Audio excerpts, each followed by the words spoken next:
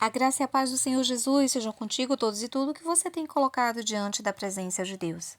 Dando sequência ao estudo Angeologia, a temática de hoje é Queda dos Anjos. É um tema complexo e debatido por diversos povos, culturas e crenças.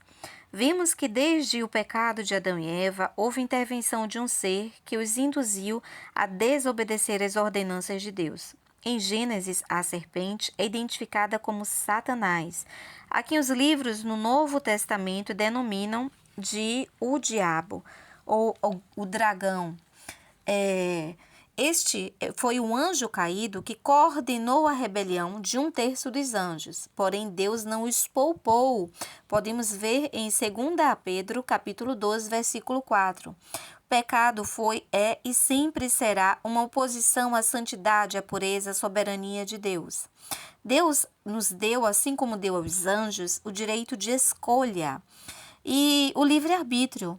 E eles, mesmo vindo o próprio Deus face a face, servindo diretamente ao trono do Criador, 1/3 deles, coordenados pelo antigo Lúcifer, que era um ser de luz, hoje é Satanás, o diabo, ou a serpente, e ainda assim desobedeceram a Deus, abusaram da liberdade de escolha que lhes foi concedida. João capítulo 8, 44 identifica a natureza de Satanás e afirma homicida desde o início e pai da mentira. Não devemos superestimar Satanás, nem superestimar, nem subestimar. Ele já possuiu grande poder, foi dotado de beleza e adjetivos que a nossa capacidade humana não são capazes de definir para este ser. Todavia, ele cobiçou ser maior que o próprio Criador. Medita em Isaías capítulo 14, versículos 13 e 14. A Bíblia relata que alguns destes seres estão soltos e outros encontram-se presos.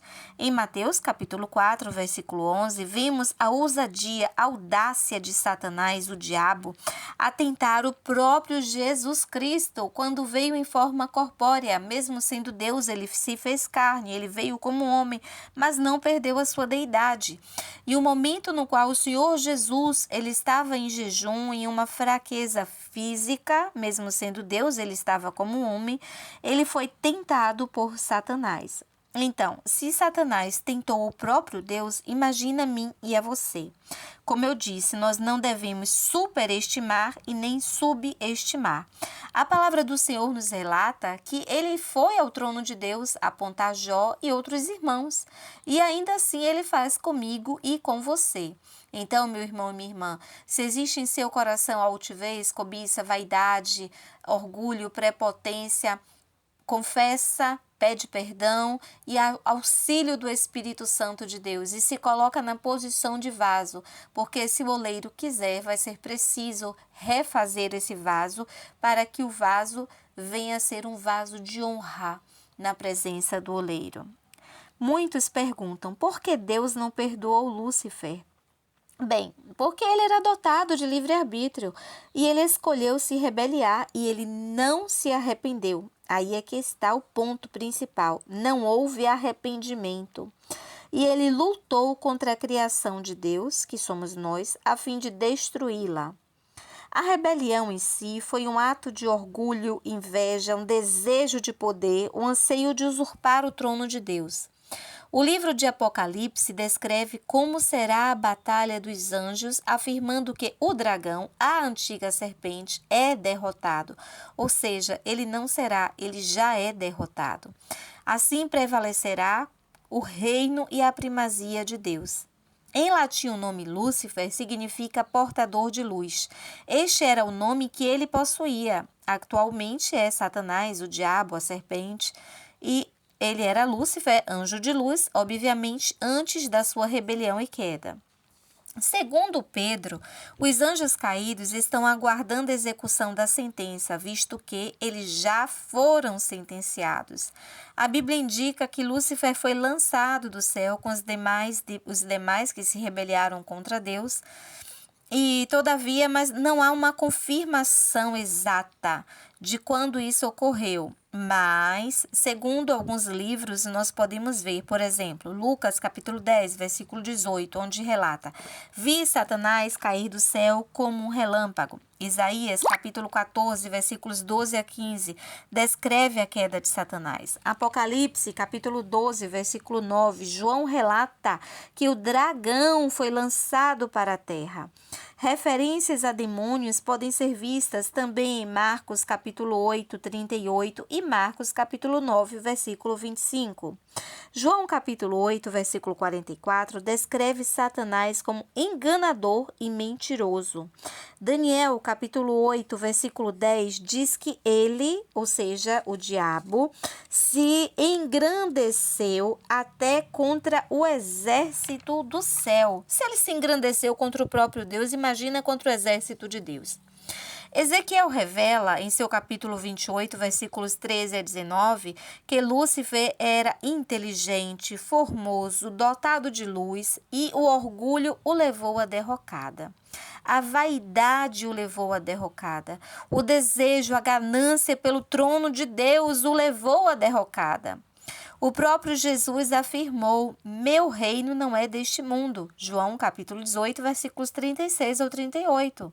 Também em 1 João capítulo 5, versículo 19 está escrito: sabemos que somos de Deus e que o mundo está sob poder do maligno. Em algumas traduções bíblicas está escrito: o mundo jaz no maligno. Então, se você, meu irmão e minha irmã, falava que o mundo jaz do maligno, erro. Está errado. A ele tão somente é dada a mentira, pois ele é o pai da mentira, ele é enganador e homicida desde o início. A ele só é concedido as suas características, aquilo que o identifica. Ele não possui o mundo, ele está governando o mundo. O mundo não é do maligno, o mundo está sob poder, até o dia em que a sentença for cumprida. Arrogância, cobiça, inveja, mentira, altivez, vaidade, orgulho refletem a identidade desses seres. Diante de tais características, nós vimos a necessidade de sermos imitadores de Cristo. Daí a palavra cristão, que significa pequeno Cristo, imitador de Cristo. Nesta hora eu peço à Divina Trindade que, em nome do Senhor Jesus, o amor, a graça, a bondade, o perdão, a misericórdia de Deus jamais se apartem de nós. Isaías capítulo 14, do versículos 12 ao 15, traz o contexto da queda de Lúcifer. Nós precisamos nos apegar em 1 João capítulo 5, versículo 7, que está escrito: sobre os três elementos que testificam no céu, o Pai, o Verbo, que é Jesus Cristo, e o Espírito Santo.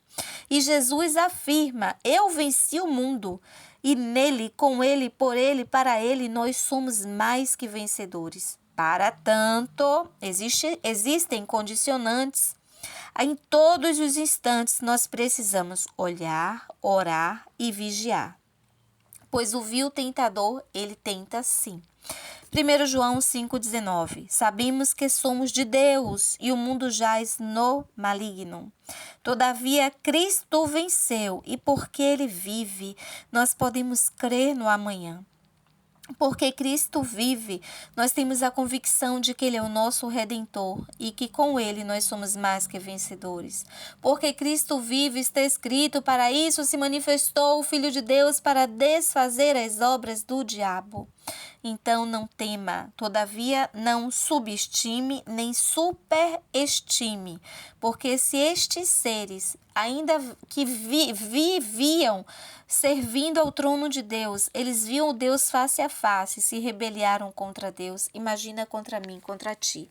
Todavia nós temos um advogado que se chama Jesus Cristo, nós temos o Espírito Santo de Deus, nós temos o amor do Pai, a sua graça e suas misericórdias que se renovam a cada manhã. Não tema, mas é preciso usar das armas da nossa milícia, que não são carnais, mas são poderosas em Deus. É preciso também vivermos o que está escrito em Efésios, capítulo 6, a partir do versículo 10, que nós precisamos nos revestir das armas e armaduras espirituais, pois a nossa luta não é contra a carne nem contra o sangue. Que Deus te abençoe, que Deus te guarde, que Deus te livre de todos os males, que essa unção, esse poder, essa glória, esse Shekinah de Deus esteja sobre a sua vida e sobre os seus e sobre os seus projetos de vida, e que você não tema e viva a vida em Cristo.